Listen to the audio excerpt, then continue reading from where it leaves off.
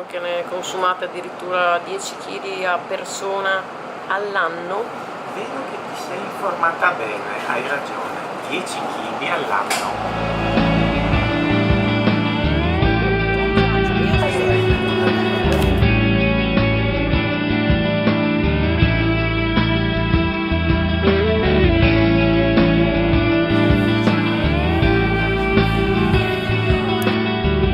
Sono Gianni Pistrini, un assaggiatore di caffè, cioè un tecnico degustatore di caffè.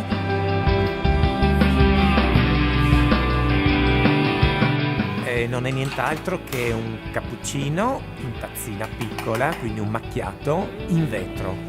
L'operatore alla macchina espresso prepara la bevanda, procede alla schiumatura del latte, il latte poi viene preso e versato sulla superficie dell'espresso.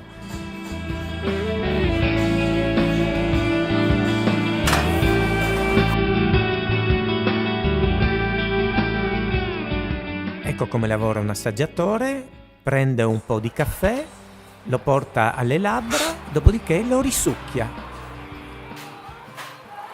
Diciamo che così non va fatto in una tavola per bene. No, se la